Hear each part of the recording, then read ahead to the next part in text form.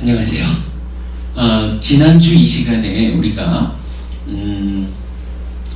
제가자로서의 삶을 살아가는 데 있어서 원하지만 얻기 어려운 것이 있다라고 해서 이제 몇 가지를 부처님께서 이제 제시하고 있고요.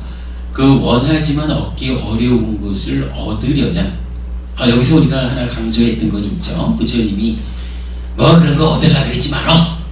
다 그냥 포기하고 살아. 이렇게 말씀하지 않죠.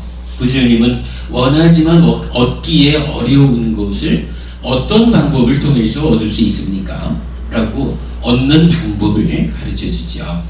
그리고 그렇게 얻어진 것을 가지고 어떻게 활용해야 되느냐 하는 부분을 특히 재물이라고 하는 측면에 초점을 맞춰가지고 부처님은 또 설명을 해주시죠.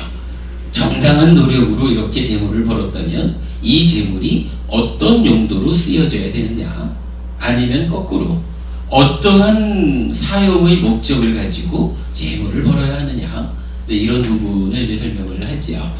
그리고는 이제 지난주 수업에서 마지막 부분을 이제 이렇게 설명을 드렸어요. 그 이유경이라는 경전을 통해서 열심히 노력해가지고 그러니까 정당한 방법으로 법답게 재물을 획득했다면 그 재물이 이러이러한 방법으로 사용되어야 한다라고 말씀을 하셨고요. 그 다음에 지난주 수업에 제일 핵심되는 이야기를 이렇게 설명드렸죠.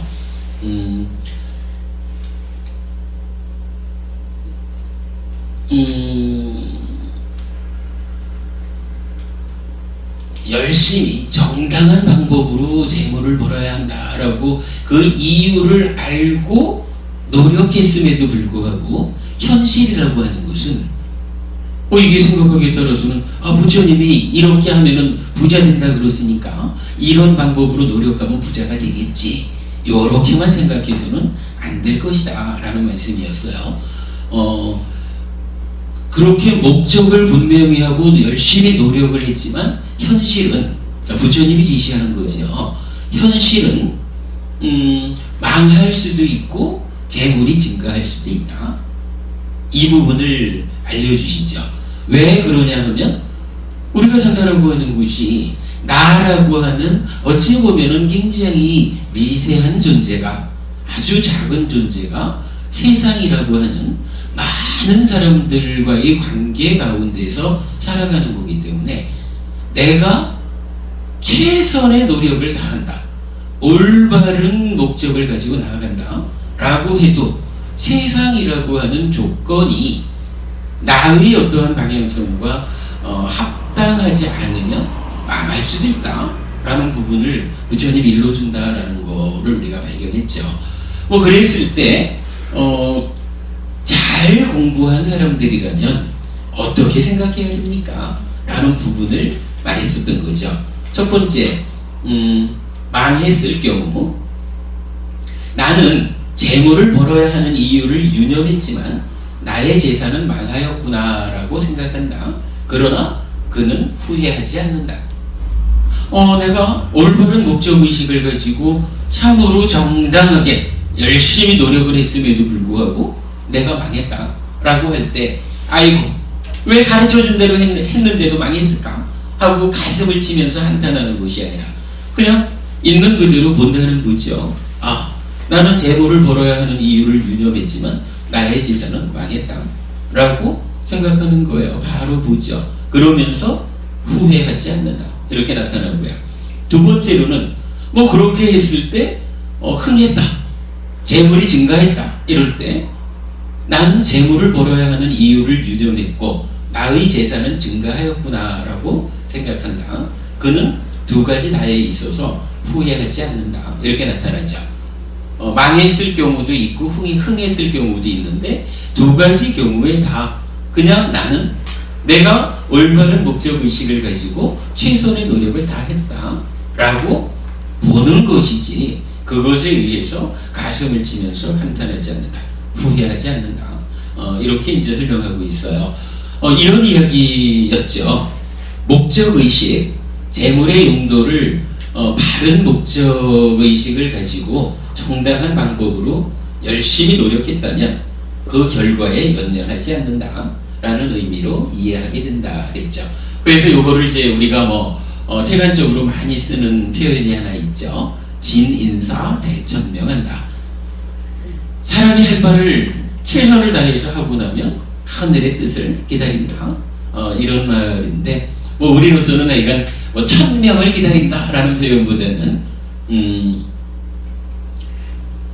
우리가 최선의 노력을 기울여서 합당한 업을 짓고 그 업이 조건들과의 관계에서 어떤 결과를 만들어낼 수 있는가, 조건과의 관계에서 만들어지는 화보를 담담하게 맞아들인다. 이런 의미 정도로 지난주에 공부를 했어요. 그런가 하면 이 이야기, 재물에 대해서 내가 정당한 목적의식을 가지고 정당하게 노력을 했다. 그랬는데 망할 수도 있고 흥할 수도 있다. 그러나 나는 단지 망했구나 흥했구나라고 결과를 담담하게 받아들일 뿐이다 라고 하는 이 부분이 꼭 재물에 대해서만 적용되는 것은 아니다 라는 말씀도 드렸어요. 물질적이지 않다 해도 그냥 우리가 살아가는 데 있어서 다양한 경우에서 예를 들어서 부부 간에 또는 부모 자식 간에 친구 간에 또는 여러 가지 다양한 경우에서의 관계 맺음에 있어서 나는 부부관계라고 하면은 부부의 당사자로서 올바른 목적의식 가운데 최선의 노력을 다했다. 그럼에도 불구하고 부부관계에 흠이 생겼다. 이럴 수도 있고 부모 자식 간에 최선의 노력을 다했음에도 불구하고 부모 자식 간의 관계가 만족스러운 결과를 만들지 못했다라고 할 수도 있다. 그러나 그 상태에 대해서 후회하지 않아야 된다.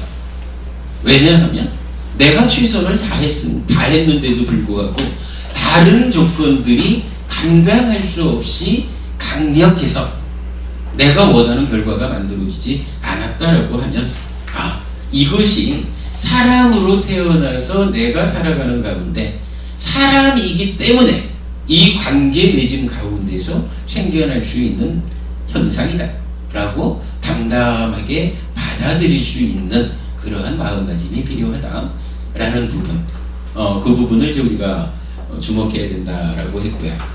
그랬을 때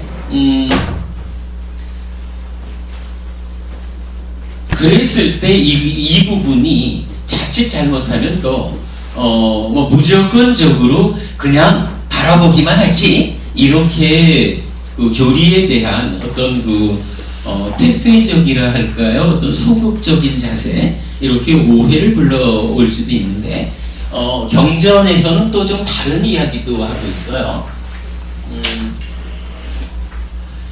감각적 욕망경이라는 경전에서는 이런 이야기를 합니다.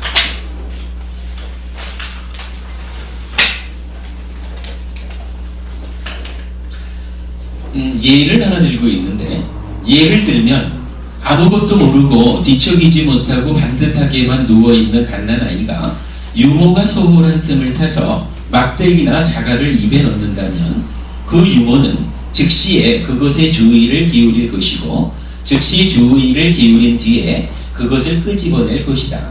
만일 즉시에 끄집어내지 못한다면 왼손으로 머리를 끌어안고서 오른손으로 손가락을 구부려서 피가 나더라도 끄집어낼 것이다. 이것은 무슨 이유 때문인가?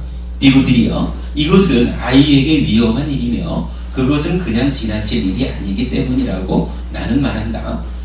그리고 이와 같은 것은 아이의 이익을 바라고 이로움을 추구하고 연민의 정이 가득한 유모가 연민의 정을 일으켜서 당연히 해야 할 일이기 때문이다. 이렇게 얘기를 해요.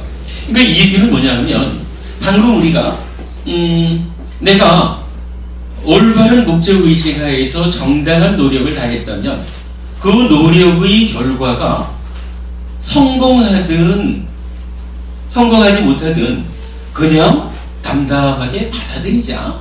라고 이야기하는 부분은 우리가 무상고 무아라고 하는 어떤 존재의 실상을 바로 보는 가운데 잘못된 결과만 집착한다, 붙잡는다 하는 상태에서 근심하고 상심하고 슬퍼하고 가슴을 치면서 울부짖고 광란하는 이런 괴로움을 스스로 만들지 않아야 된다 라는 부분을 말하고 있는 건데, 그러다 보면 이게 자칫 모든 면에서 아주 소극적이 되고 그냥 방관자처럼 바라보는 사람으로 먹을 수도 있다, 이런 부작용이 우려되는 거죠.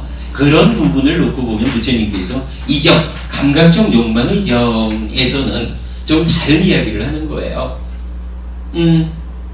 이제 막 태어난 지 얼마 안 돼가지고 엄마 젖을 먹는 아이가 엄마가 소홀한 틈을 타가지고 막대기거나 자갈이나 이런 것을 입에 집어넣었다면, 이것도 그냥 나는 내가 할 수 있는 최선의 노력을 다해가지고 아기를 보았다. 그런데 내가 화장실 잠깐 갔다 오는 사이에 아이가 자갈을 하나 입에 넣었다. 이건 내가 최선을 다한 거와 관계없다. 이래가지고 내버려 둘 것이냐? 최선을 다했는데도 불구하고 아이가 위험한 것을 삼켜가지고 병이 나거나 죽었거나 이래도 내 할 바 아니다. 이렇게 할 수 있는 건 아니라는 거죠. 이렇게 자기를 감당할 능력이 안 되는 아이가 입에 안 좋은 것을 넣었다라고 하면, 이제는 엄마 된 입장에서는 요건 한 가지 명확한 거죠. 100% 이 아이를 해치는 상황이 일어났다. 이렇게 판단하는 거죠. 100% 아이를 해치는 상황이 있을 때는 아이를 붙잡아 뭐라고 말을 해야 돼요? 머리를 끌어안고서 이렇게 표현을 하죠. 오른손으로 입을 벌려가지고 피가 나더라도 꺼내야 된다. 이렇게 말하는 거예요. 요거는 어찌 보면 좀 전에 이야기했던, 내가 몸과 말과만으로 최선의 행위를 다했다면 그 결과를 다만 담담히 맞이할 뿐이다. 그로 인하여 내가 가슴을 치면서 울부짖지 않는다. 요렇게 말하는 거하고 정반대되는 이야기가 될 수 있지만, 현실적으로 우리가 올바로 보아야 된다라고 하는 거죠. 부모 자식 간의 문제든 부부 간의 문제든 어떠한 문제가 일어났을 때 그냥 내가 할 바를 최선의 노력을 다한다라고 하는 것의 범위를 어디까지 둘 것이냐. 예를 들어서 자식이 이건 부모가 자식을 보는 어떤 그 집착에 의한 왜곡된 이러한 경우가 아니라, 어떤 경우에라도 이것은 분명히 자식의 미래를 해치는 일이다 라고 할 때는 강제해서라도 그 부분을 막아줘야 되는 것도 부모가 해야 되는 사랑의 표현 역할이다. 그런 측면으로 이제 그 이해의 어떤 방향을 터주는 거, 이렇게 이제 볼 수가 있어요. 물론 이제 이렇게 할 때는 제가 방금도 이제 강조했지만 100% 아이를 해치는 이런 상황, 요렇게 좀 이런 경전이 있습니다 라고 해서 아이에게 강제해서라도 잘못된 길을 막아줘야 됩니다. 이렇게 말하면은 또 요것을 근거로 해가지고 저놈이 내 마음에 안 드는 일을 하려고 하니까 부처님도 잘못되는 길이 있을 때는 피가 나더라도 고쳐줘야 된다 그랬어, 이래가지고 강제하는 요런 일을 또 하게 되면 이것도 아이를 망치고 자기를 망치는 일이 되죠. 그래서 이제 어떤 것이 내가 할 바이냐, 최선의 노력을 다하고 담담히 지켜보아 줄 것이냐, 아니면 강제해서라도 막아야 될 것이냐 하는 것의 판단 기준은 나를 기준으로, 나의 기준에 집착한 상태에서 자식을 보지 않고 그야말로 어떠한 경우에라 해도 100% 잘못된 길이다라고 있는 그대로를 볼 수 있는 지혜가 전제돼야 된다. 그래서 분명히 잘못된 길이다라고 판단될 때는 때에 따라서는 강제력을 동원해서도 차단해줘야 되는 것도 부모의 역할일 수 있다. 뭐 이런 부분까지도 이제 함께 좀 보았던 것 같아요. 근데 100% 잘못이 아니고 단 1%의 잘못이라도 그런 길로 간다 그러면 강제를 해야 되는 거 아니에요? 아, 그거는 이제 지금 저하고 어떤 차이, 그 말씀의 차이가 어떤 게 있냐 하면 100%라고 하는 것은 나의 어떤 기준, 나의 견해가 1%라도 개입을 해가지고 뭐 자식이든 남편이든 아내든 이 관계의 상대방을 판단하지 말자라는 거죠. 그러니까 내가 나의 기준, 나의 주장을 완전히 내려놓은 상태라면 1%의 위험이 있다 해도 하지 마십시오라고 하는 게 맞겠죠. 그런데 제가 지금 말씀드린 것은 그 위험성에서의 100% 1%의 문제가 아니라 접근하는 나의 입장, 내가 얼마나 나 자신을 잘 제어하고 있느냐, 그 부분을 말씀드린 것으로 하겠습니다. 자, 아무튼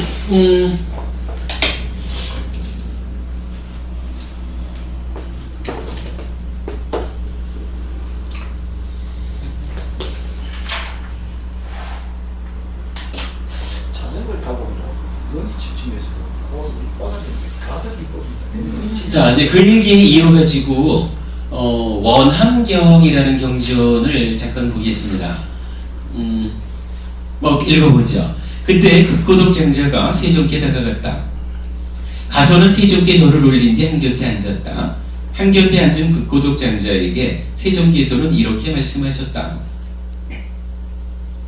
장자여, 5가지 법들이 있으니 그것은 원하고 좋아하고 마음에 들지만 세상에서 얻기 어려운 것이다. 무엇이 5인가? 수명은 원하고 좋아하고 마음에 들지만 세상에서 얻기 어려운 것이다. 아름다움은 원하고 좋아하고 마음에 들지만 세상에서 얻기 어려운 것이다. 행복은 원하고 좋아하고 마음에 들지만 세상에서 얻기 어려운 것이다. 명성은 원하고 좋아하고 마음에 들지만 세상에서 얻기 어려운 것이다. 천상은 원하고 좋아하고 마음에 들지만 세상에서 얻기 어려운 것이다. 장자여, 이러한 5가지 법들이 있으니 그것은 원하고 좋아하고 마음에 들지만 세상에서 얻기 어려운 것이다. 요건 뭐 우리 지난주 수업한 거와 거의 같은 이야기죠. 근데 이제 여기서 중요한 이야기가 나타나요. 장자여, 원하고 좋아하고 마음에 들지만 세상에서 얻기 어려운 이러한 5가지 법들은 빈다고 해서 얻어지지 않고 바란다고 해서 얻어지지 않는다. 좀 얻기 어려운 어떤 것이 있다라고 할 때, 만약 부처님이 이 자리에서 반대로 얻기 어려운 것이 있을 때 빌면 얻어지고 바라면 얻어진다, 이렇게 말씀을 해주셨다면 우리가 살아가는 일이 참 편하고 좋을 것 같아요. 뭐 조금 어려우면 빌죠, 뭐. 열심히 기도하죠, 뭐. 그러면 될 건데, 부처님은 여기서 우리의 희망과는 전혀 다른 이야기를 하셔요. 빈다고 해서 얻어지지 않고 바란다고 해서 얻어지지 않는다. 그런데 우리가 하나 분명히 아는 것은 부처님은 듣기 좋은 이야기를 하는 분이 아니죠. 다만 있는 그대로 사실을 이야기하는 분이죠. 사실을 있는 그대로 이야기해가지고 듣기 좋은 것은 좋은 대로 받아서 살면 되고, 듣기 나쁜 것은 듣기 나쁘지만 이것이 현실이 아니기 때문에 그러하구나 라고 현실에 맞춰서, 어차피 우리가 내 기분 내키는 대로 살 수는 없는 거잖아요. 현실이라는 것을 바르게 보고 현실에 부합하게 살아갈 때 행복이 오는 것이다, 이런 거니까. 그런 측면에서 이건 부처님은 저는 이거 아주 굉장히 중요한 의미를 여기에 둡니다. 부처님은 분명히 얻기 어려운, 원하고 좋아하고 마음에 들지만 세상에서 얻기 어려운 이런 것들은 빈다고 해서 얻어지지 않고 바란다고 해서 얻어지지 않는 것이다 라고 말씀을 하셔요. 장자여, 원하고 좋아하고 마음에 들지만 세상에서 얻기 어려운 이러한 5가지 법들이 만일 빈다고 해서 얻어지고 바란다고 해서 얻어진다면 이 세상에서 누가 무엇 때문에 단축하려고 하겠는가, 이런 이야기예요. 내가 오래 살고 싶어요. 오래 살고 싶은데 이러한 오래 살고 싶다라고 하는 이것이 참 원하는 대로 얻어지는 거 아니라고 하지만 이거를 한번 빌어보지요. 뭐. 열심히 빌고 열심히 원해보자고요. 그래서 될 것 같으면 세상에 어떤 사람이 50에 죽고 60에 죽고 70에 죽겠냐고요. 다 90, 100 살지. 그런데 현실은 부처님 생각도 아니고 부처님의 뜻도 아니고 현실이 그렇다는 거예요. 우리의 현실이 이렇게 빈다고 해서 얻어지지 않고 바란다고 해서 얻어지지 않는다. 이렇게 말하는 거죠. 장자여, 수명을 원하는 성스러운 제자가 수명을 위해 수명을 빌거나 기뻐하는 것은 적당하지 않다. 장자여, 수명을 원하는 성스러운 제자는 수명을 가져오는 돌을 닦아야 한다. 여기서 이제 돌을 닦는다라고 하는 거 빠띠빠다 해가지고 예를 들어서 이제 고진멸도 사성제를 얘기할 때 도성제가 괴로움을 소멸로 인도하는 도닦음, 이렇게 말할 때 도닦음이라고 번역되는 빠띠빠다하고 같은 말을 써요. 그러니까 무슨 얘기예요? 내가 장수해야 되겠다, 오래 살아야 되겠다 라고 하면 오래 살 수 있는 삶의 어떤 방향을 도닦음 해야 된다, 그런 얘기죠. 실천해야 된다, 이런 이야기죠. 이렇게 우리가 한번 생각해 보죠. 바다가 있거든요. 바다에 빠졌어요. 빠져가지고 이제 허우적대잖아요. 이 허우적대면서 우리가 어떤 생각을 하나요? 기본적으로 섬이 있어가지고 누군가가 나를 딱 좀 안전한 섬으로 내 발이 닿을 수 있는 그러한 땅으로 나를 좀 옮겨주면 참 좋겠다, 뭐 이런 생각할 수 있죠. 그런데 부처님은 어떻게 말하나요? 우리가 만약에 이런 바다에 빠져 있다. 어떤 바다인가요? 고해죠. 윤회하는 삶을 괴로움의 바다, 고해에 빠진 삶으로 우리가 이제 표현을 하죠. 이렇게 괴로움의 바다에 빠져 있는데 이러한 괴로움에서 벗어나는 방법은 사실은 표현하면 간단하죠. 어떤 형태로든 내 발이 땅에만 닿으면 되죠. 발이 땅에 딱 닿는 순간 사구나 할 거고, 그때부터는 바다에 빠져서 허우적거리는 게 아니라 해수욕하는 게 되는 거죠. 일단 발이 닿을 수 있으면. 그런데 영선 부부님, 네. 우리가 그간 공부한 내용 중에 요런 비유를 놓고 한 가지 표현이 나타났었죠. 지금 영선 부부님이 바다에 빠져서 허우적대고 있다, 이럴 때 이 허우적대는 이 현실에서 벗어나는 방법이 어떤 게 있었나요?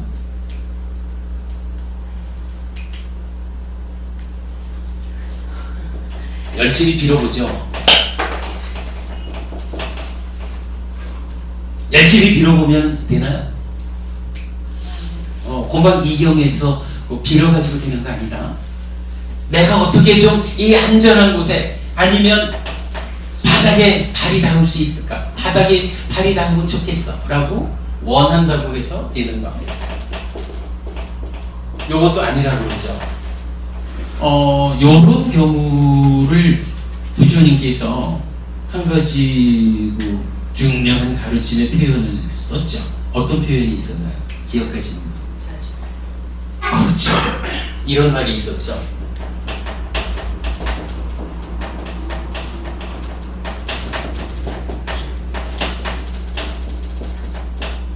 자주 법주, 요거 섬주자라 그랬죠. 요거 약간 중국 쪽에서는 어떻게 번역을 했냐 하면 자등명,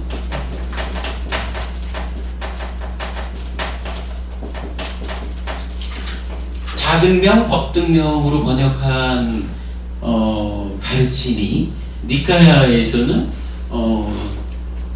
스스로 등이 되어 밝혀라, 이런 표현보다는 스스로 섬이 되어라 라고 번역된다 그랬죠. 디바라고 하는 단어가 있어가지고 요 단어가 하나는 섬이라는 의미도 가지고 하나는 빛 등이라는 의미도 갖는다. 이렇게 설명됐던 거죠. 그래가지고 요 괴로움의 바다에 빠져서 허우적대고 있는 것이 우리 삶의 현실이다. 이럴 때 내 발이 닿을 수 있는 땅이 있다면 얼마나 안전하고 행복할 것인가. 그랬을 때 부처님께서 누구도 그대를 딱 들어 올려가지고 안전한 섬으로 옮겨주지 않는다. 지금 이 경에서 딱 그 표현을 했죠. 누구에게 빌든 누구에게 원함을 가지든 누구도 나를 들어 올려서 안전한 땅으로 옮겨주지 않는다. 다만 내가 내 스스로 헤엄을 쳐서 가든 아니면 무슨 신통력이 생겨가지고 발을 길게 늘려가지고 발을 닿게 하든 어떤 형태로든 내가 스스로 섬이 되어 이렇게 말하는 거죠. 자주 스스로 섬이 되어 법주 가르침으로써 섬을 잡아 이렇게 말하는 거죠. 그러니까 섬이라고 하는 의미 괴로움의 바다에서 그 괴로움의 현실에서 벗어나는 거 요걸 말하는 거죠. 요거 누구도 대신해 주지 않죠. 그리고는 경전에서는 스스로 섬이 되는 이 방법을 무엇으로 제시해 주나요? 뭐죠? 아닙니다. 경전에서는 물론 크게는 뭐 당연히 오개고 보시고 수행이라는 세 가지 공덕행이 되겠지만 자주 법주를 직접적으로 설하는 경전들은 어디서나 다 사념처 수행을 말해요. 그래서 경전에서는 그렇게 말하죠. 그러면 어떻게 하면 스스로 섬이 되는가?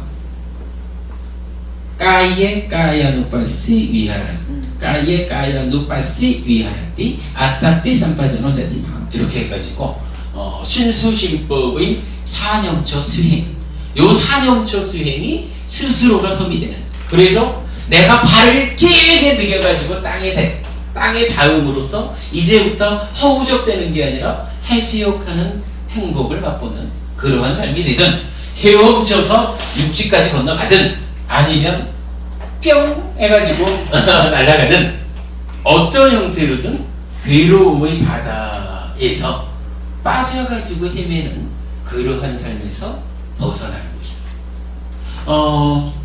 제가 이제 사실은 요 경전을 발견하고 멋있다 라고 발을 친 게 무릎을 친 게 사실은 그동안 제가 이 얘기를 참 많이 했거든요. 스스로 섬이 돼야 됩니다. 누구도 뭐 경전에서 그렇게 많이 말을 하죠. 마치 누가 있어서 데려다 놓는 것처럼 오개를 지키면 하늘에 태어나고 뭐 이런 이야기들이 많이 나오잖아요. 누가 데려다 놓는 것처럼 이라고 하는 그러나 처럼이라고 말하는 것은 누가 데려다 주지 않는다는 이야기죠. 누가 데려다 주지 않기 때문에 오개를 지키고 보시하고 수행하는 또 직접적으로 섬이 되자라고 하는 사념처 뭐 이런 방법에 의해 가지고 그러한 삶을 살 때 그러한 삶이라고 하는 게 이제 내가 업을 짓는 거죠.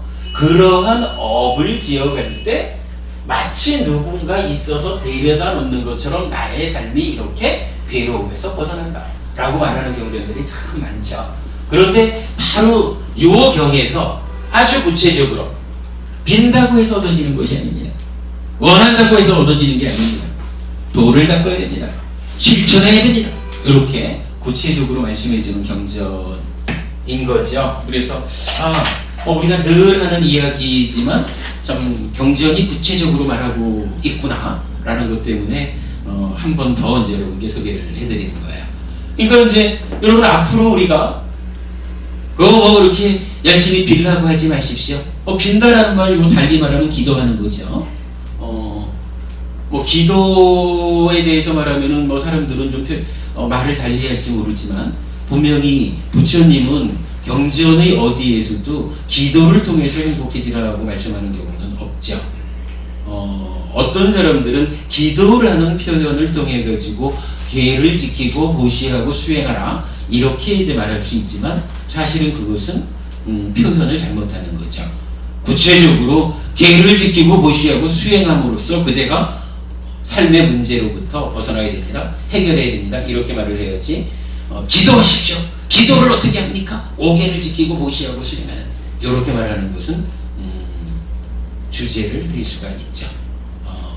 그 부분 해결 분명히 합시다. 그러니까 경전에서는 이렇게 빈다고 해서 얻어지지 않는다. 바란다고 해서 얻어지지 않는다. 얻고자 하는 것은 그것을 위해서 도를 닦아야 한다. 실천해야 된다. 이 부분을 구체적으로 말씀하고 있다라는 거 알려드렸고요.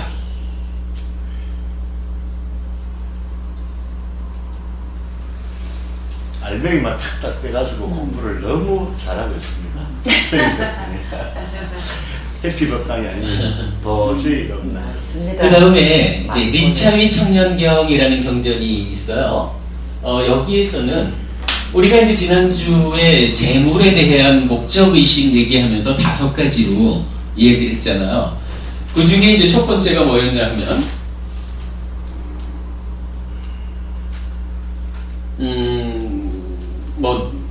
나의 행복이지만 나에 이어가지고 이제 부모 이야기가 나왔거든요. 그래서, 부모를 존경하고 존중하고 숭상하고 예배한다. 어서 오십시오.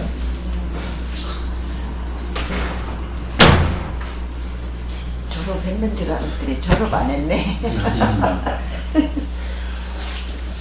이렇게 얘기를 합니다. 이제 마하나마라고 하는 제자한테 부처님이 관정한 크샤트리아의 왕이건 수의습 재산을 가진 지방의 지주건 군대의 대장군이건 촌장이건 조합장이건 혹은 각 가문에서 중요한 위치에 있는 사람들이건 그 누구라도 그러니까 어떠한 사람들이든 간에 그에게 5가지 법이 있다면 향상이 기대되고 쇠퇴란 없다. 무엇이라 소신가.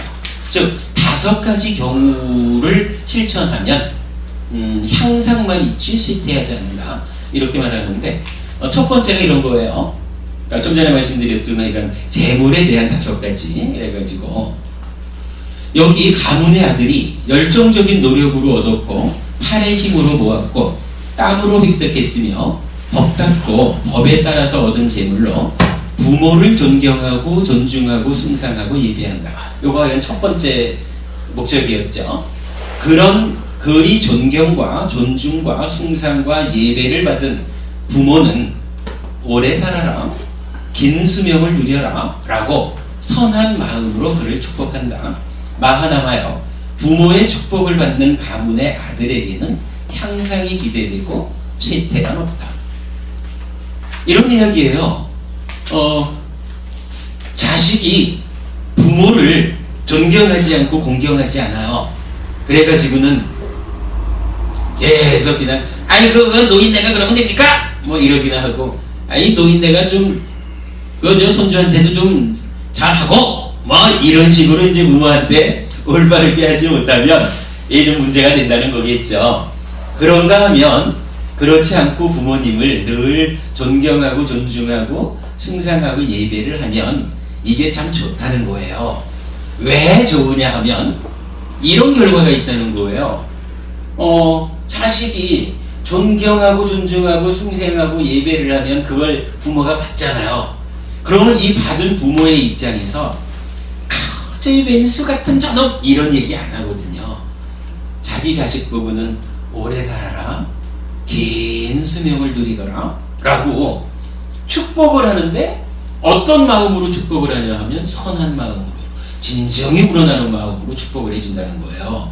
그러니까 내가 부모님을 잘 모시면 부모님이 나를 이렇게 오래 살아라, 긴 수명을 누려라 라고 진심으로 선한 마음으로 축복을 해주니 이런 사람에게 쇠퇴하는 일은 없다. 오직 향상이 있을 뿐이다. 이렇게 말씀을 하시거든요. 근데 이게 부모의 경우만을 말하는 게 아니라 지난주 우리가 공부했던 재물을 가지고 어디 쓴다고요? 라고 하는 5가지 경우에 대해서 동일하게 나타나요. 네. 그래서 두 번째로는 아들과 아내와 하인과 일꾼들을 요거에는 내 삶에 가장 중요한 사람들 이렇게 본 거였죠.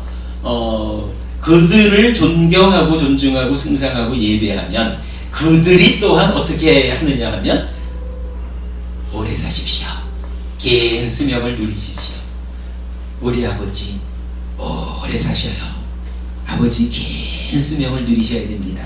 이러고 아내는 아내대로 여보 오래 사셔요 하고 축복을 하고 남편은 남편대로 여보 오래 사셔요 하고 축복을 한다 이거예요. 함께 일하는 여기서는 이건 하인과 일꾼들 이랬지만 그들도 모두가 다 오래 사십시오. 긴 수명을 누리십시오 라고 진정으로 선한 마음으로 축복을 한다는 거예요. 근데 사실 그러지 않겠어요? 상대방이 이렇게 존경하고 존중하고 숭상하고 예배하고 아랫사람이라고 깔보지 않고 이를 이루하는데 아이고 정말로 오래 사셔야죠. 여기서 오래 산다라는 게 굳이 100살까지 사십시오 이것만을 말하는 건 아니죠. 네. 그야말로 건강하고 오래 살고 행복하십시오 이걸 다 포함하는 말로 봐야죠.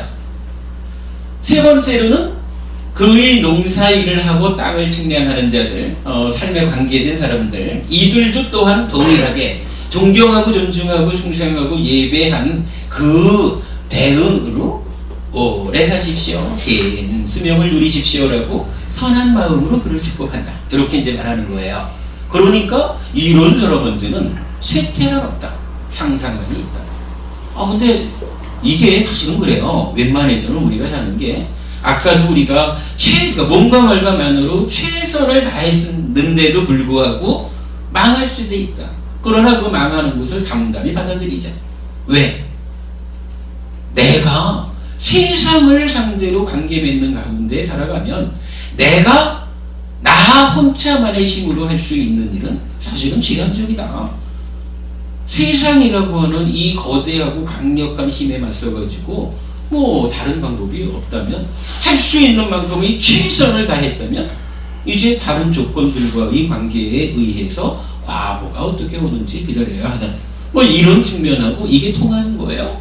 내가 이렇게 부모님에 대해서도 최선의 공경을 하고 가족들에 대해서도 최선의 공경을 하고 내 삶에 관계하는 많은 사람들에 대해서 최선의 공경을 하면 이 사람들이 그대로 돌아서 가지고 오래 사십시오, 긴 수명을 누리십시오, 건강하십시오, 행복하십시오 라고 내 주변에 있는 많은 사람들이 다 내가 잘 되길 바라주는 거예요.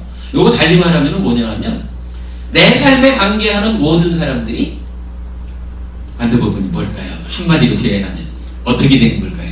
네? 지금 제가 하려는 말이 뭘까? 딴 생각을 하고 있었어요. 그랬구나.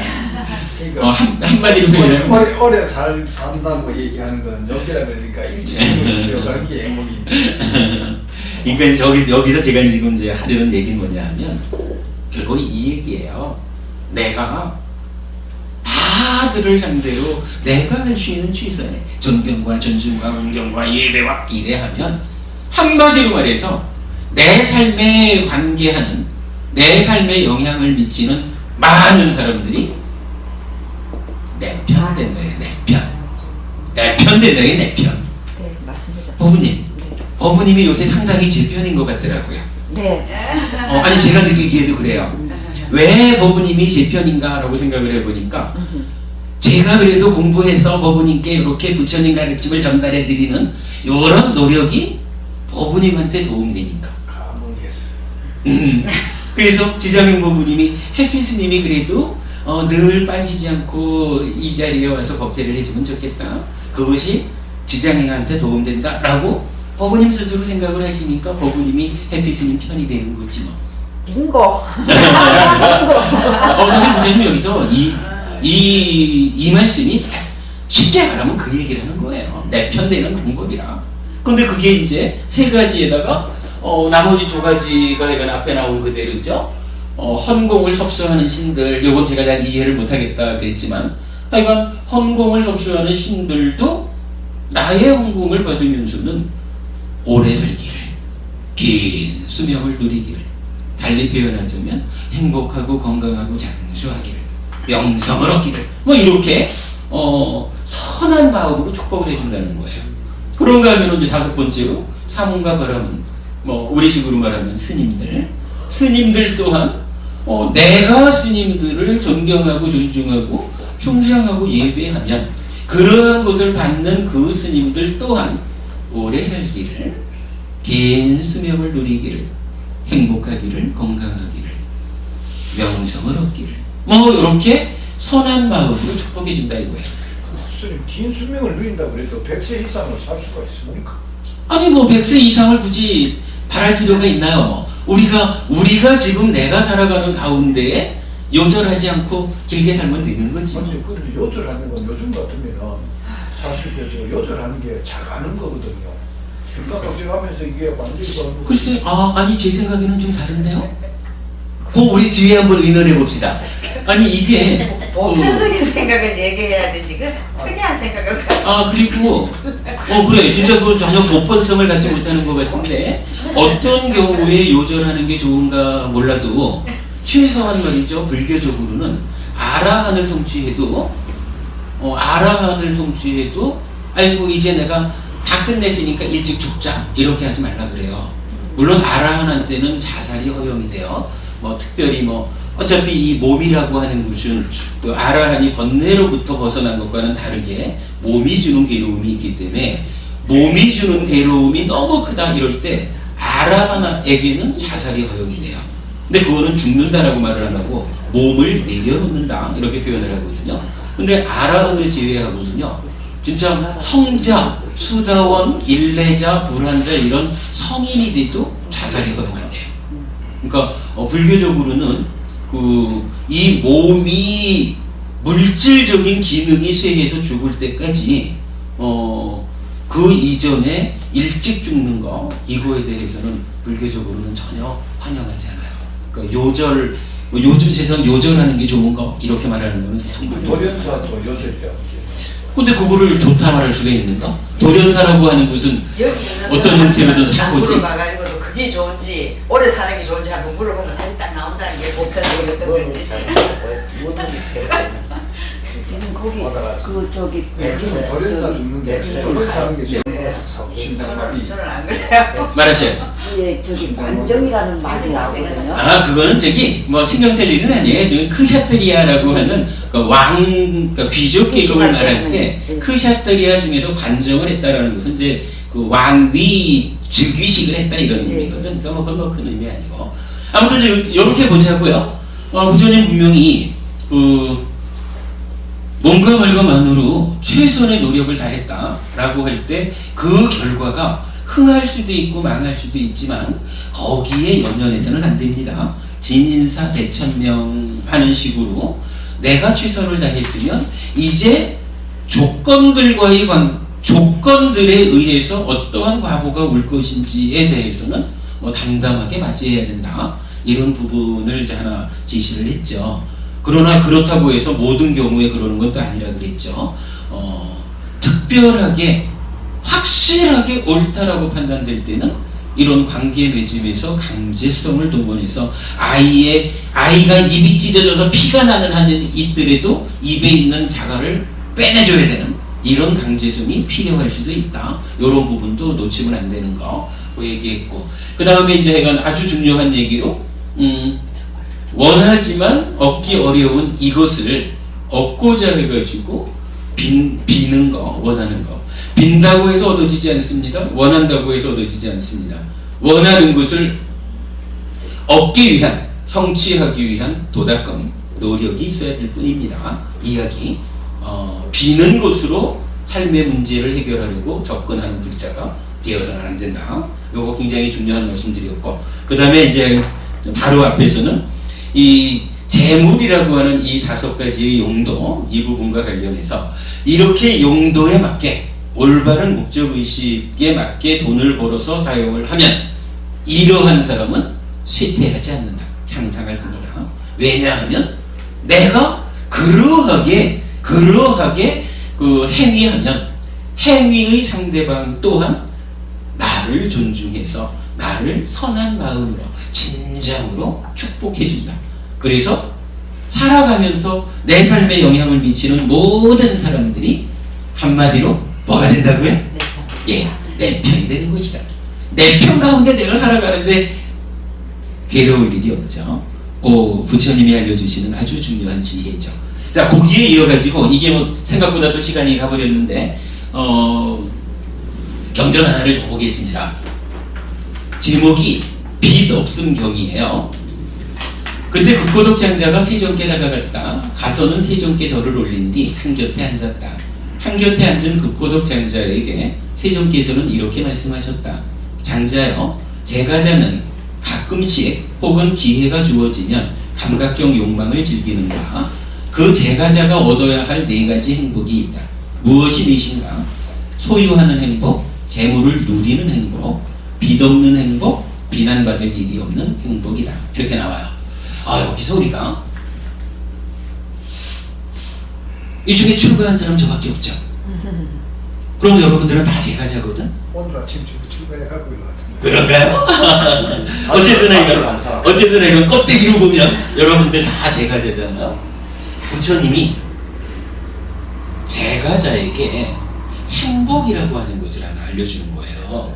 물론 기본적으로는 출제가 막론하고 모두가 다 오계를 지키고 모시하고 수행하는 것으로서 삶을 향상해서 큰 행복으로 나아가고 해탈하는 거죠. 그럼으로써 완성하는 건데 이런 하여간 이 일반적인 이야기 조금 제쳐놓고 제가자가 제가의 삶을 살아가는 제가 이제 늘 말하는 거지만 여러분들은 돈 벌어야 하는 시간에 저는 돈 벌지 않아도 되는 사람이니까 공부하잖아요.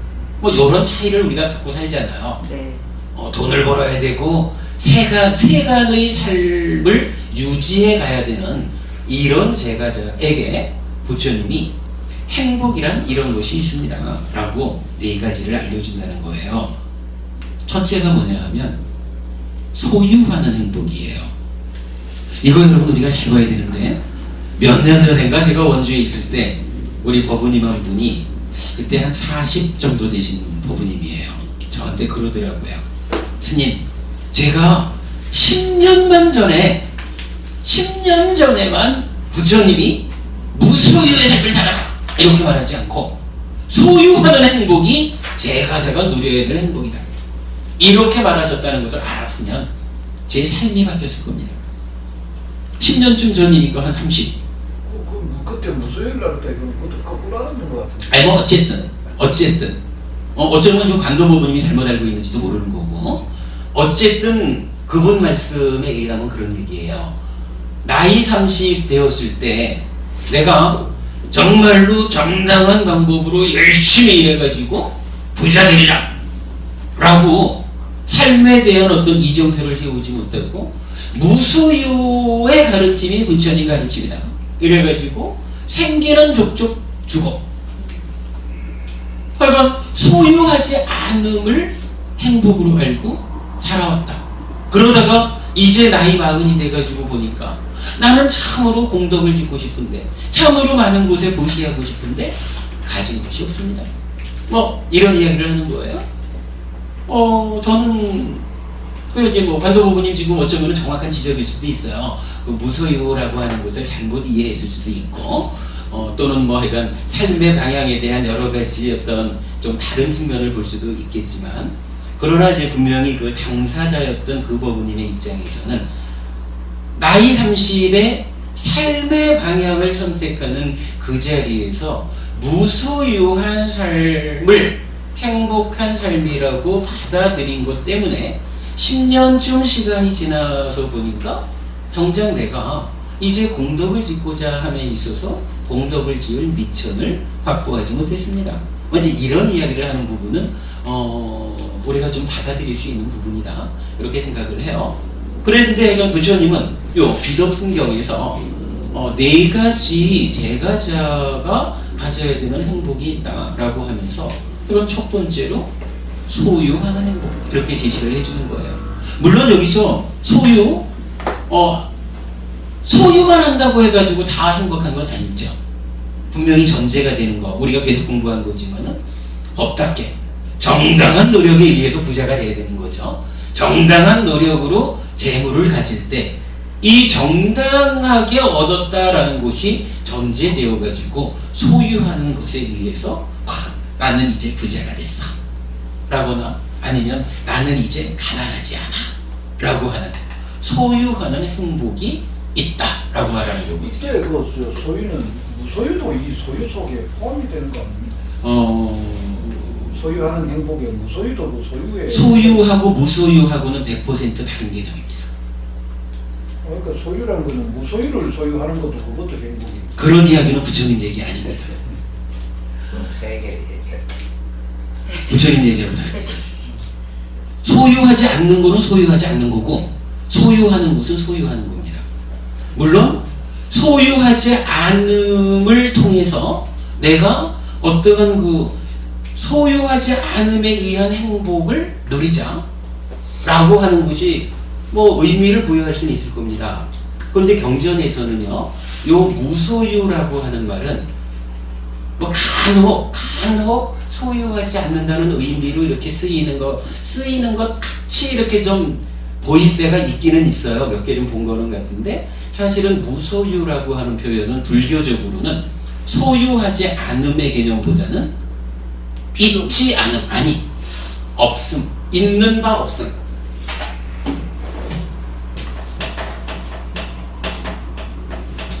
있는 바잖아요. 있는 바 없음. 있지 않음, 없음 이 얘기라. 불교에서 무소유라는 말이 쓰이는 대부분의 경우는 그래서 우리가 세계관 이럴 때 무색계 하늘에서 공무변처, 신무변처, 무소유처 이렇게 나타나죠. 무소유처라는 하늘은 소유하지 않는 하늘이 아니고 있는 것이 없다라고 하는 하늘이거든요. 그런데 이제 간혹 보면은 저도 이제 사실은 이 부분에 관심이 많아서 이렇게 이제 경전 보면은 가끔씩 그 무소유라고 하는 표현이 그 소유하지 않는다라는 의미로 이해해야 되는 데가 제가 몇 개는 본 것 같아요. 그런데 이제 문제는 그게 누구한테 적용되는 거냐 하면 여기 출가한 사람 저 하나잖아요. 여러분 다 제가자잖아요. 제가자한테 부처님은 그런 표현을 한 번도 안 써요. 그리고 출가한 사람을 대상으로도 사실은 무소유란 말을 부처님은 잘 안 써요. 부처님은 만족하라, 작은 것으로 만족하라 이렇게 표현을 하거든. 정확하게는 무소유라는 표현은 제가 알기로는 이게 자인하교 이제 이 부처님 당시로는 니간타라고 하는 불교 아닌 외도라. 외도에서는 무소유를 주장을 해요. 근데 부처님은 약간 그 소유하지 않는다라는 의미로서의 무소유는 거의 하여간 뭐 경에서 몇 번은 이렇게 좀 나타나는 것 같기는 한데 그 부분을 아주 특별하게 해서 뭐 어떤 이제 완전히 그 해탈한 그러니까 해탈한 아라한들 뭐 이런 경우에 대해서 좀 적용되는 것은 몇 번은 봤어요. 그러나 그 부분을 그런 특정한 어떤 경우의 소유하지 않음을 우리가 일상의 삶을 살면서 어떠한 삶의 방향을 잡을 것입니까? 라고 할 때 소유하지 않는 것으로의 소유 이런 좀 개념적이고 추상적인 거는 부처님이 언급하지 않아요. 그거는 분명히 달라요. 지금 최근에 법정스님의 무소유의 그 얘기가 책이라든가 이런 것들이 전국에 화제가 되고 사실 굉장히 그게 많이 얘기가 되고 있거든요. 그 삶에. 그럼 그 무소유라는 게 이제 사실은 부처님은 어느 부분을 두고 이제 법정스님이 그걸 가져왔느냐. 저는 솔직히 우리 법회 지난 과정 동안에 노골적으로 법정스님에 대해서 비판을 했어요. 법정스님이 그냥 불교계의 일각에서 그냥 출가한 사람으로 살다 가신 분이 아니고 꽤 여러 십 년 동안 한국 불교의 어떤 이데올로기라고 할 수 있는 자기의 존재감이 컸던 분이거든요. 근데 그분이 경전에 입각해가지고 소유하라! 다만 정당하게 소유해야 된다. 이렇게 말하지 않고 소유하지 않음 이것을 불자의 어떤 삶의 이정표로 제시했다. 그리고 참으로 많은 불자들이 법정 스님의 영향받아가지고 소유하지 않는 삶이 불자의 바른 삶이다라고 인지하게 됐다고요? 물론 법정스님 쪽에 뭐 그 제자분들은 뭐 법정스님도 그러셨다 그러는 거고 제자분들도 다 소유하지 않는다라고 하는 말의 의미를 바로 알아라 이래가지고 뭐 필요 이상의 것을 갖지 않고 뭐 이렇게 다양하게 말을 하지만 그럴 것 같으면 이건 제 입장에서 법정스님을 비판하는 거예요. 무소유라고 말하지 않았어야 돼. 필요한 만큼만 가지라라고 구체적으로 말을 해줘야지 무소유라고 말을 해서 사람들이 소유하지 않는 삶을 지향하게끔 방향을 잡아주고 거기서 필요 이상은 이렇게 말을 하는데 올바른 방법 아니죠. 문제는 책 속의 내용은 거의 다 소유주 정말 필요 이상의 것이라는 내용들이 다 들어있지 책 속에는 무소유가 들어있진 않아요.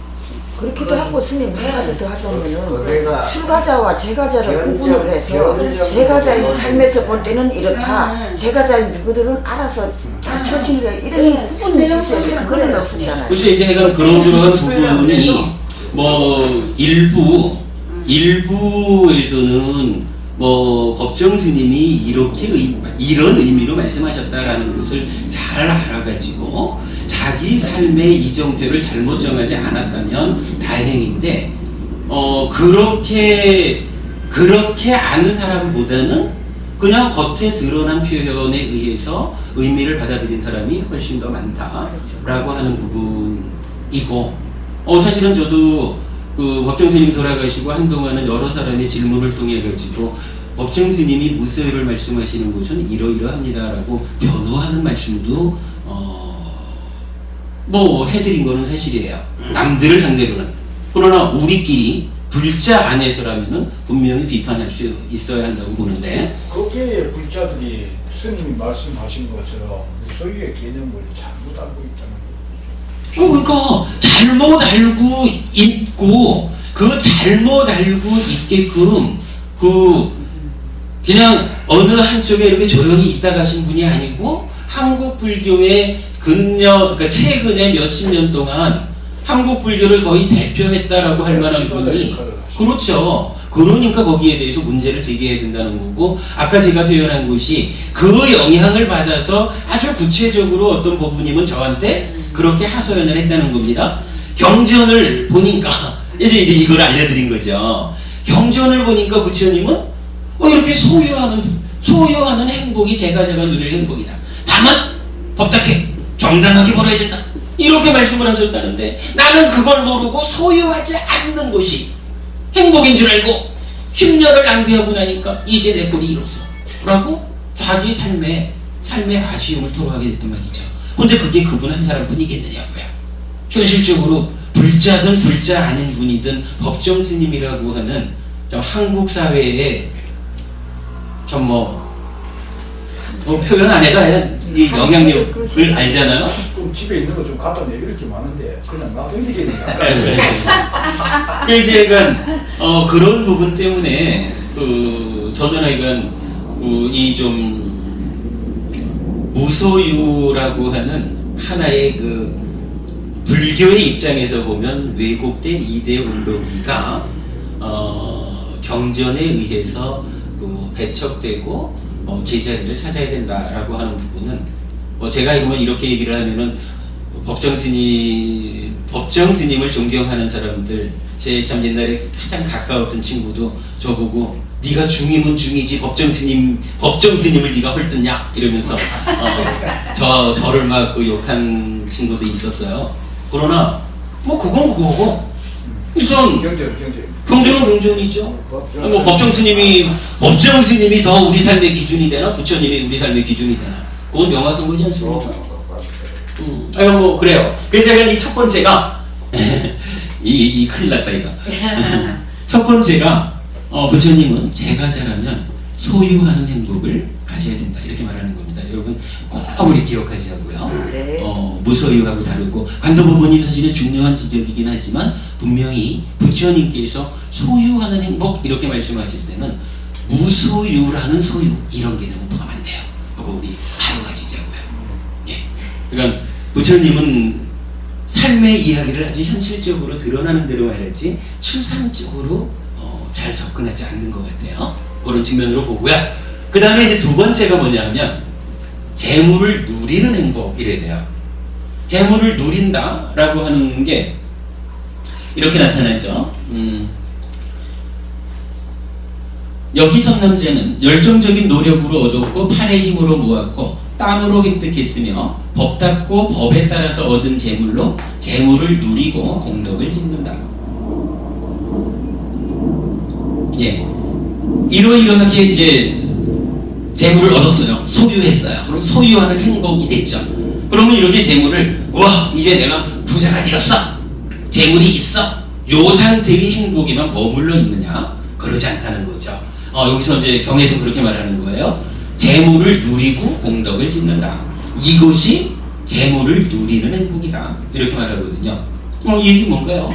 한마디로 말해서 좀 전에 이제 우리 그 원주에서 그 법문이 말씀 그 얘기가 되는 거예요. 당신은 참으로 많은 사람들을 위해서 어떠한 역할이든지 하고 싶은 거예요. 우리가 하나 불자라면은 자비심이 충만할 거고 무언가를 하고 싶어요. 근데 우리가 할 수 있는 일이 사실은 따지고 보면 스스로 계를 지키는 거, 그리고 보시하는 거, 그리고 수행하는 거잖아요. 근데 이 가운데에 정말로 주변에 있는 많은 사람들을 위해서 할 수 있는 거는 물론 오계를 지키는 것도 중요한 일이지만 대부분 보시의 영역에서 보아야 되죠. 근데 막상 보시하고 싶다. 다른 사람들을 위해서 내가 어떠한 역할을 하고 싶다. 또한 그것이 나에게 공덕이 된다. 라고 알고 공덕을 짓고 싶은데, 보시하고 싶은데 현실적으로 나는 지난 30년 한참 열심히 일해가지고 돈 벌어야 되는 그 시간을 무소유의 삶을 지향하느라고 버려버린 거야. 그러니까 지금 할 수 있는 게 없어. 공덕을 지을 수가 없어. 요 얘기. 물론 이제 저는 그분한테 그랬어요. 부부님, 지금이라도 알았으면 지금도 공덕을 지을 수 있어요. 보시라고 하는 것이 꼭 물질적인 것만 보시하는 건 아닙니다. 우리가 다 아는 거죠. 재시, 법시, 무예시, 무제칠시 뭐 이런 것도 다 들어가 있지만 일단은 하여간 재시, 법시, 무예시 이러죠. 재물을 베푸는 곳이, 가르침을 베푸는 곳이, 그리고 두려움 없음을 베푼다. 요거 5개를 지키는 삶이 무예시가 된다 그랬죠. 그러니까 뭐 어쨌든 형편상 벌어놓은 돈이 없다. 그래서 재물을 베풀 수 없다라고 하면 뭐 그 부분은 이제부터 시작을 해서 모아가십시오. 그러나 지금도 가르침의 베품, 5개를 지킴으로써 두려움 없음을 베품, 이건 할 수 있습니다. 그러한 공덕으로 나아가십시오. 뭐 이렇게 이제 설명을 드렸는데 어쨌든 이제 여기서 말하는 재물을 누리는 공덕이라고, 누리는 행복이라고 하는 것은 바로 그거예요. 내가 열심히 정당한 방법으로 부자가 되었어요. 재물을 소유하는 행복을 얻었어요. 그러면 이 소유하는 행복이 있기 때문에 여기서 이제 이 재물을 가지고 복을 짓는, 공덕을 짓는, 많은 사람을 행복하게 하는 이러한 일이 바로 재물을 누리는 행복이다. 이렇게 되는 거예요. 그러니까 우리가 어떻게 살아야 됩니까? 열심히 일해가지고 부자 돼. 부자가 되는 가운데 이거 내 주머니만 키우는 이런 부자가 되지는 않아야 한다. 부자가 되는 만큼 이것을 많은 사람들을 위해서 베푸는, 이래서 재물을 누리는 행복까지 함께 해야 된다. 이렇게 부처님 두 번째로 말하는 거죠. 세 번째가 빚없는 행복이에요. 빚없는 행복. 이제 저는 사실 좀 겪어봤는데, 정말이야. 네? 정말이야. 그러니까요. 저도 이거를, 저도 이거 정말 경험을 했거든요. 제가 이제 대학을 졸업하고 그 인력기업에 들어갔잖아요. 뭐 일도 곧잘 했거든. 근데 이제 어느 날 제가 욕심이 커가지고, 이 욕심에 묶이면 보이는 게 없어요. 요새 같으면 제가 SK 주식회사란 말이에요. 그러니까 뭐 봉급도 많았고 복지도 좋았고 뭐 좋았지. 근데 욕심이 눈을 가리니까 그걸로 만족을 못하고는 남들은 다 잘못인데 그거 아닌데라고 하는 것을 저는 될 줄 알고 회사가 막 가지 말라고 붙잡는데도 나왔거든. 딱 나와가지고 혼자 뭐 일을 좀 하겠다라고 하는데 그때 정말 만나는 사람마다 그렇게 얘기를 하더라고요. 자기 돈 갖고 사업하는 사람이 어디 있어? 다 은행 돈 가지고 사업하고 이자 갚아가면서 그렇게 돈 버는 거지 이러더라고요. 그런데 제가 그냥 뭐 자그마한 사업을 시작을 했는데 은행을 가니까 돈을 잘 줘요. 왜 그렇게 돈을 달래는 대로 막 주는 거야? 그러니까 처음에는 그런 줄 아는 거예요. 사람들마다 하는 얘기가 아니 자기 돈 갖고 사업하는 사람이 어디 있어?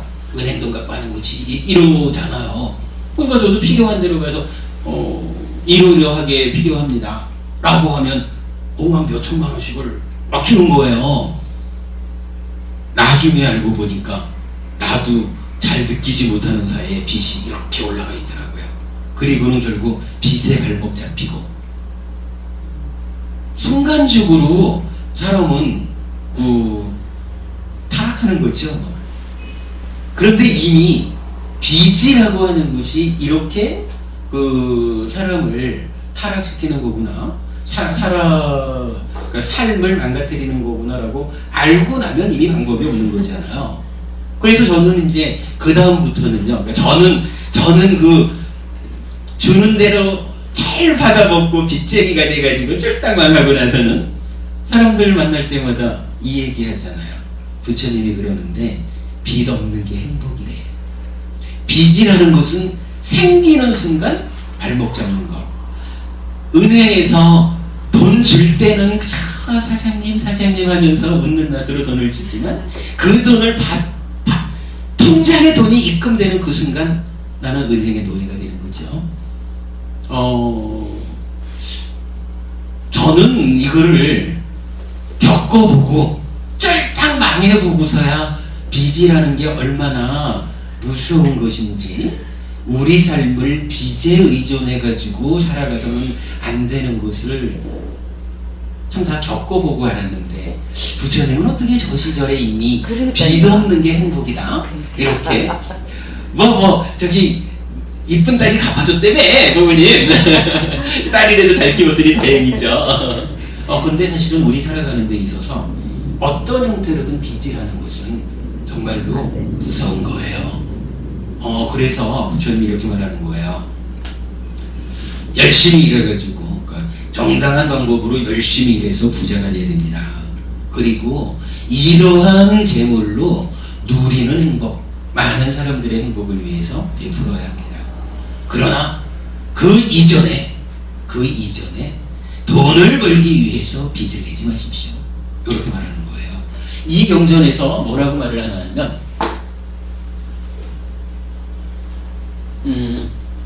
계속을 통해 가지고 이렇게 표현을 해요. 빚 없는 즐거움을 얻고 난 뒤에 소유하는 행복을 기억할지라 인간은 재물의 행복을 누리면서 통찰지로 집권한다 이러는데 요 계속에서 말씀하시는 거로 보면 지금 행복의 순서로는 소유하는 행복, 재물을 누리는 행복, 빚 없는 행복 이렇게 나오잖아요. 근데 계속해서 지금 그러는 거야. 빚 없는 즐거움을 먼저 얻고, 그러니까 빚 없는 행복을 먼저 확보하고 나서 그 다음에 소유하는 행복에 대해서. 그러니까 많이 가지려고, 야 내가 사업을 해가지고 부자가 되려니까 빚을 좀 내가지고 굴려봐야지. 요래하지 말고 일단은 봉급 생활을 하든 어찌 됐든 하여간 차곡차곡 빚 없는 가운데 준비를 해서 내 능력이 미치는 한에서 어떠한 또 일을 해가지고 더 부자가 되어야 된다. 요렇게 구구절절이 맞죠? 사실은 요 단순한 이야기를 우리가 몰라가지고 저처럼 쫄딱 맞는 그런 사람들이 한둘이 아니죠. 요거 정말로 우리가 공부를 좀 일찍 했다면 또 니카야라고 하는 부처님의 이 근본 가르침이 우리 땅에도 좀 일찍 들어갔다면 아마도 삶에 실패하지 않은 사람이 훨씬 많았을 거예요. 그러나 이제라도 우리가 보았다면 그렇죠. 지금부터라도 우리의 삶이 더 이상 퇴보 안 하고 향상하면 되고 또 우리들의 자식 세대가 있잖아요.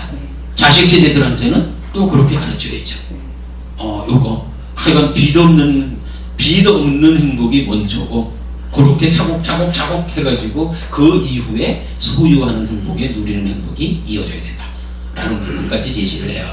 그러고 이제 마지막 네 번째가 비난받을 일이 없는 행복 이렇게 나타나요. 비난받을 일이 없는 행복이라고 하는 것은 뭐 그냥 쉽게 말하면 그래요. 저기 보시를 통해 가지고 재물을 누리는 행복이 있잖아요. 근데 이게 소유하는 행복 위에서 재물을 누려야 되잖아요. 근데 만약에 우리가 오계를 지키지 않고 아주 정당하지 않은 방법으로 돈을 벌었다 이러면은 요거 비난받습니다. 그렇죠.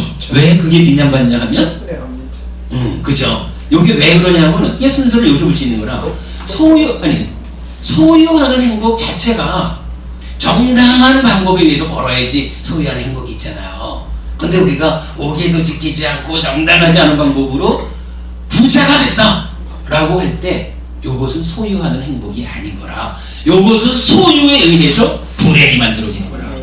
당장 살아서는 어떤 현재의 사회가 갖는 관계 때문에 돈의 힘으로 살아서는 어떤 물질적인 불행에 떨어지진 않을지 몰라도 저기가 내적인 어떤 불행도 있을 거고 죽은 다음에 지옥 간다는 거 아니에요? 정당하지 않게 부자가 된다라는 거 이거 아주 위험한 일이거든요. 그래서 비난받지 않는 행복, 비난받을 일이 없는 행복이 그거예요. 오계를 지키지 않고 보시를 하지 않고 또는 보시는 하되 오계를 지키지 않고 이런 부분은 비난을 받을 행동이다 이거예요. 비난을 받지 않기 위해서는 정당하게 오계를 지켜가는 가운데 벌고 그런 가운데 보시하고 물론 이제 경전에서는 결국은 이제 탐진치 없이 행위하는 데서 생기는 행복을 비난받을 일이 없는 행복이다 이렇게 말을 해요. 근데 이제 그거야 뭐 탐진치 없는 행위는 아라한의 행위 이렇게 구체적으로 말할 수도 있잖아. 그건 당연한 얘기고 우리가 이런 이 삶에 견주어서 비난받을 일이 없는 행복 이렇게 표현하자면 이렇게 소유하는 행복에 대해서 네. 이거는 탐진치가 없는 행복이라면은 소유하는 거라면은 결국은 아라한이 하시는데 일반 제가자들로 봤을 때는 이 소유하는 행복 속에는 탐진치가 어느 정도 물들어. 아니 지금 그건 법원님이 좀 잘못 이해하신 거지. 그 비난받을 일이 없는 행복을 말할 때 탐진치가 없는 이렇게 나온 거죠. 그러니까 소유하는 행복은 아니고. 소유하는 행복에서는 탐진치가 조금은. 그렇죠. 당연하죠. 이 경전이 시작을 어떻게 했냐면 제가자는 가끔씩 혹은 기회가 주어지면 감각적 욕망을 즐기는 이렇게 전제를 한 거예요. 그러니까 우리가 제가의 삶을 산다라고 하는 게 눈, 귀, 코, 혀, 몸으로 세상을 감각하는데 좋은 거는 내 거 하고 뭐 요런 거를 우리가 까마 감각적 욕망이라고 번역을 했지만 까마를 얘기하는 거잖아요. 그러니까 내가 몸으로 세상을 만나면서 살아가는 가운데 좋은 거는 내 거 하려고 하고 싫은 거는 너가 자! 이렇게 말하는 이런 부분을 우리가 감각적 욕망이라고 번역한 보고죠. 그러니까 거기에 전제된 거야. 우리가 인간으로 산다는 삶 자체가 그런 삶이라 이거죠. 이러한 까마에서 벗어나면 이제 무색게 올라가는 거잖아요. 그러니까 이러한 우리의 삶을 전제해 놓고 부처님이 이렇게 욕계 중생으로 살아가는 제가지자들은 그 가운데에 이런 네 가지 행복을 누려야 된다. 이렇게 말하는 거거든요. 그 전제가 오래되면 이해가 되죠? 예. 그렇게 보고요. 요 얘기가 지난주랑 오늘 이야기한 데까지가 우리 교재에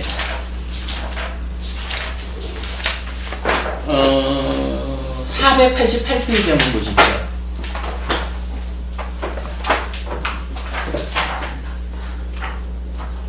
(488페이지) 보시면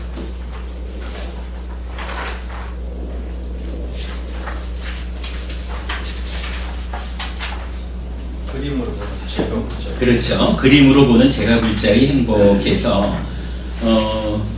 뭐 중간에 보면은 합리적인 행위경 이래서 원하고 좋아하고 마음에 들지만 얻기 어려운 것 해서 지난주 오늘 공부한 거 나와 있죠. 그런가 하면 그 옆에 그 얻는 방법에서 믿음, 지계, 모시, 통찰지 해서 4가지, 그러니까 믿음에 토대한 3가지 공덕행 나와 있고요. 그리고 지금 막 말씀드린 것이 비덕순경에서 제가자가 얻어야 할 4가지 행복 해가지고 나와 있죠. 자, 그거 보면은 4번 비난받을 일이 없는 행복 밑에 그 별표 해가지고 이런 말이 나와 있어요. 1 더하기 2 더하기 3 곱하기 16보다 4가 크다 이 얘기인데 이건 뭐냐 하면 부처님이 만들어 놓은 공식입니까? 예. 그래도 그래 주셨는데 안 받은 거 이렇게 나와요. 그러나 비난받을 일이 없는 행복의 16분의 1에도 미치지 못한다. 앞에 3가지가. 그러니까 1, 2, 3 소유하는 행복, 재물을 누리는 행복, 빚 없는 행복. 이게 그거네. 예, 요 3가지를 다 더해봐도 4번째인 비난받을 일이 없는 행복의 16분의 1에도 미치지 못한다. 근데 이제 경에는 가끔씩 보면 요 16분의 1에도 미치지 못한다라는 표현이 나타나요. 그러니까 뭐 요거는 꼭 저기 1대 16 이 개념보다도 엄청 크다. 엄청 작다. 예, 차이가 크다. 그 얘기를 말하고 있거든요. 16분에 6인데 뭐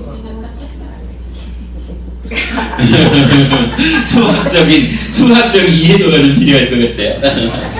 아무튼 뭐 1, 2, 3번 3가지를 다 더해봐야 비난받을 일이 없는 행복에 16분의 1에도 미치지 못한다 라고 표현된 거고요. 비난받을 일이 자꾸 생기잖아요. 전두환 박사님도 16분의 1로 얻는 결과를 경전이 16분의 1로 말하고 있어요. 그러니까 경전 자체가 96입니다.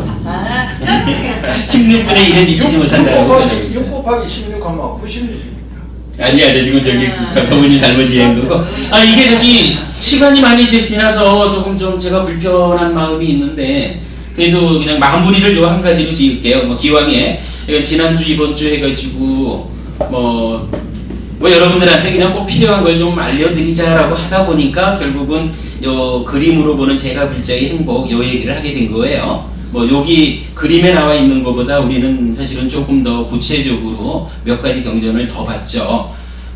그런데 뭐 기왕 여기까지 얘기를 했으니까 한 가지만 얘기를 더 하겠습니다. 그 그림의 제일 중심에 보면 어울리는 삼경이라는 경전이 있어요.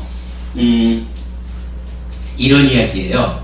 우리 저기 몸은 병들어도 마음은 병들지 마십시오라고 하는 경전이 있었죠. 그게 화살. 아니요, 경전 이름은 달라요. 그 화살경 앞에 있는 거지. 그래서 저기 나꿀라삐따경이라고 해서 나꿀라삐따라는 장자가 부처님을 만나서 이제 그 법문 들은 게 이제 몸은 병들어도 마음은 병들지 마십시오. 그 경전이죠. 근데 동일한 그 나꿀라삐따 장자가 나꿀라 맞다. 그러면 이제 나꿀라삐따의 부인 이런 얘기예요. 그 부부가 함께 부처님을 만나요. 그래가지고 이 얘기를 하는 거야. 나꿀라 맞다. 그 부인이 부처님 저는 어린 나이에 이 남자하고 만나가지고 평생을 살면서 단 한 번도 마음으로라도 남편을 어긋나 보지 않았는데 몸으로 어긋날 일이야 더더욱이 있었겠습니까? 이러면서 저는 참 우리 남편을 사랑해요. 그래서 죽을 때까지 같이 살다가 이러면 사람들이 욕하더라고. 그런데 어쨌든 하여간 그 나꿀라 맞다. 이분은 부처님 제가 다음 생에도 이 사람하고 다시 부부로 만나서 행복하게 살고 싶어요. 방법이 있을까요? 그러거든요. 그러니까 남편 나꿀라삐따 장자가 똑같은 얘기를 다시 하는 거예요. 부처님 저도 어릴 때 이 사람하고 만나가지고 여태까지 단 한 번도 마음으로도 어긋남이 없었는데 몸으로야 말할 게 있겠습니까? 이렇게 행복하게 살아가면서 사는데 정말로 죽을 때까지 함께 하다가 죽어서 다음 생에 또다시 만나서 부부가 되고 싶습니다. 그런 방법이 있겠습니까? 그렇게 묻는 거예요. 영선부부님 그런 방법이 있을까요? 없을 것 같아요. 교재에 보니까 있었어. 부처님 그지? 교재에 보면 있죠. 그런 도를 그게 이제 사실은 혹시 다음 시에도 만나고 싶습니까, 남편? 아니 그래서 근데 이 이야기를 사실은 짚어보고 가야 되는데 그럼. 아니요, 저는 이 공부하고 진짜 지금 이 말씀 동의합니다. 네. 예 이게 말입니다.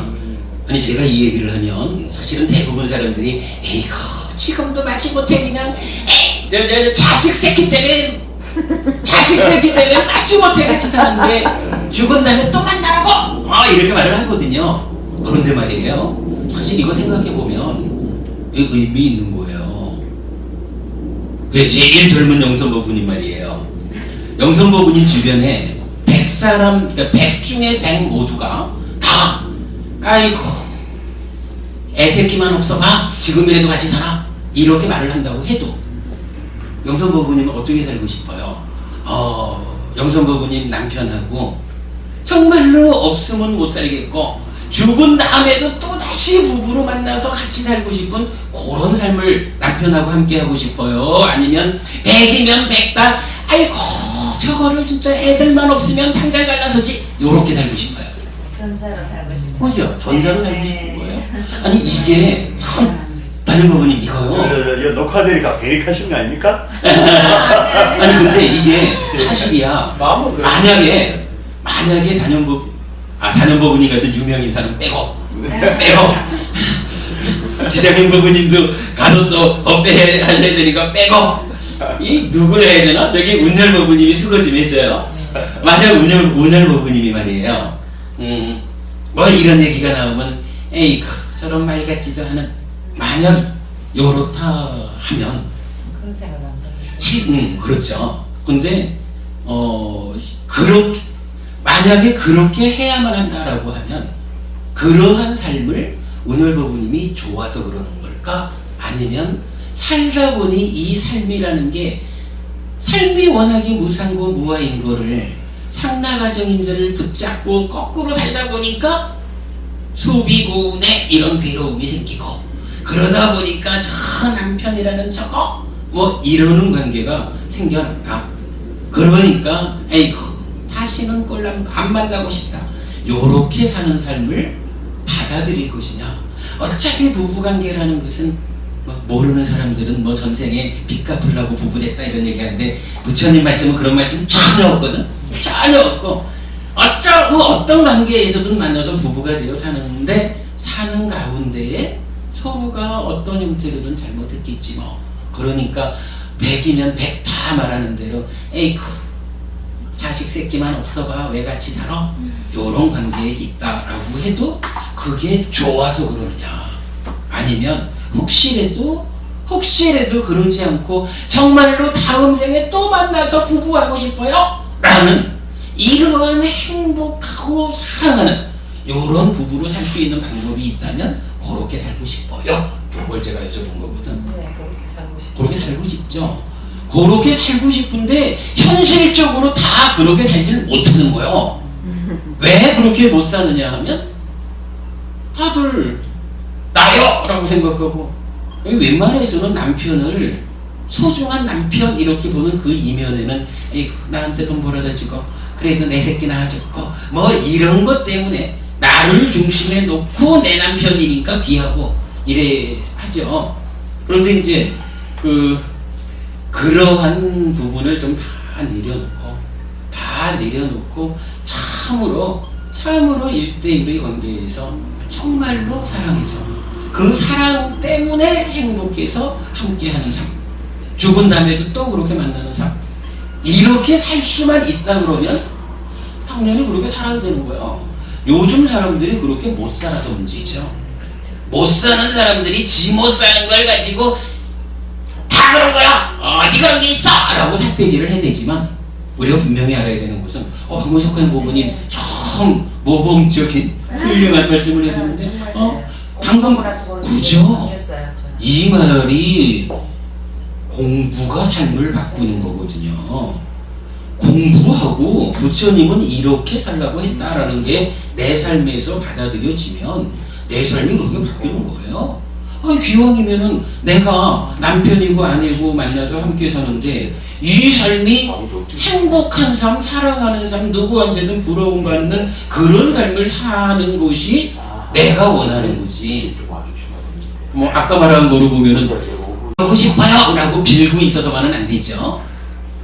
아무튼 이제 그 부분에 대해서 부처님이 답을 주는 거예요. 그러니까 나꼴라 삐따 나꼴라 맞다 두 분이 그렇게 살고 싶다, 다음 생에도 또 만나고 싶다 이래 하니까 부처님이 이제 빌고만 있지 말고 이렇게 해봐 라고 방법이 있다, 방법이 있다라고 알려주는데, 지금 여기서 이제 우리가 요 합리적인 행위를 말하면서 원하고 좋아하고 마음에 들지만 얻기 어려운 것을 얻는 방법이 믿음, 지게 하지만 뭐 오게, 보시, 수행 네 가지를 말하잖아요. 요 네 가지를 동일하게 말하는데 한 가지 말을 추가해요. 뭐라고 하냐 하면 서로 간에 동등해라. 서로 간에, 그러니까 부부 간에 서로 동등하게 믿음을 가지고 동등하게 계를 지키고 동등하게 보시하고 동등하게 수행하고, 뭐 요 얘기 우리 카페에 보면은 제가 그 글로 적어놓은 것도 있고 한데 그거 나중에 연결해 드릴게 보셔요. 그러니까 동등하게, 그러니까 서로 동등한 믿음을 가지고 동등하게 계를 지키고 동등하게 보시하고 동등하게 수행한다라는 것이 어떤 의미일까 하는 거 제가 글로 적어놓은 거 수업법으로 연결해 드리니까 나중에 보시고요. 뭐 그러면은 여러분 충분히 공감할 수 있을 거예요. 어쨌든 우리가 현실은 그렇지 않다 그래도 참으로 그런 방법이 있다면 나는 내 남편과 나는 내 아내와 그러한 부부로서 살고 싶다. 요렇게 우리가 그 부부관계의 시작점을 둬야지, 에이구 말이나 되냐 그게. 요렇게 전제하고 들어가지는 말자고요. 우리가 불자라면. 아무튼 부처님 오늘 공부한 요 네 가지 제가 얻어야 하는 행복에 이어가지고 그런 그 부부의 삶에 대한 아주 중요한 말씀을 또 해주셔요. 그러니까 여러분 그거 참고하시는 걸로 하고요. 이게 참. 스코잉 누님 하나 물어봅시다. 예, 말씀하십시오. 그런 저 공부를 하시고 난 다음에 그런 이제 그 아름다운 시각도 드셨는데, 네. 그럼 집에 가서 형님한테 그런 고백을 하셨습니까? 당연히 하죠. 박수. 네. 얼마나 좋으셨겠어요. 아니 정말 성격이 안 맞거든요. 정말 안 맞아요. 너무 안 맞아서 너무 불만이었고 그랬어요. 근데 이게 모두 진짜 나의 상나 가정 때문이었는지 모르지만 내가 지어낸 것이구나라는 걸 알고 나니까 발뒤꿈치 칠 거예요. 세상에. 네, 같이 둘 다 그렇게 되는지 안 되는지 모르겠지만 그래서 이제 그때 내가 너무 상나 가정에 치우쳐서 그랬던 점들이 미안해서 이제 지금 항상 이제 미안하다라는 그런 마음이 있지만 그게 그 사람 탓이 아니었고 그라는 그 모습을 싫어했던 내 마음 때문에 그 사람이 그랬던 것이 이게 절절히 느껴지고 나니까 발 뒤꿈치 박수! 그러니까 지금 말씀이 이래 되는 거라 발 뒤꿈치도 요 발 뒤꿈치가 좀 어차피 발이 갖는 위치가 있으니까 발 뒤꿈치가 저게 더럽고 지저분하고 미운 거냐 아니면 이쁜 거냐를 결정하는 것은 발 뒤꿈치가 아니고 내 눈이라는 거죠. 그죠? 발 뒤꿈치가 원래 그런 게 아니라 내 눈이 그렇게 보니까 그런 거거든요. 발 뒤꿈치도 이뻐 보여요. 맞습니다. 여기까지만 할게요. 저기 한 10분 좀 쉬었다가 그 뭐 3시부터 하자 그랬지만 저는 1시간이 늦었네. 잘했다 하면서 잠깐만 얘기 마무리합시다. 저기 4시부터 여러분들과 필요한 말씀을 뭐 필요한 만큼 나누고 그 다음에 그 만약에 뭐 시간이 많이 되면은 오늘 그 저기 마무리로 한 가지 주제를 더 해야 되는 것은 뭐 저녁 시간에 해서 동영상을 보시든 아니면 뭐 일찍 여러분들이 말씀을 마치면 뭐 그 이야기를 좀 제가 이제 한 번 더 설법을 하든 이렇게 하겠습니다. 조금 쉬셨다가 4시부터 다시 말씀 나누도록 하겠습니다. 감사합니다. 사방아! 감사합니다. 아니, 사바하 할렐루야. 때묻는 사람 많습니다. 정말 할렐루야. 지금 보내면은 이 만점인데 정말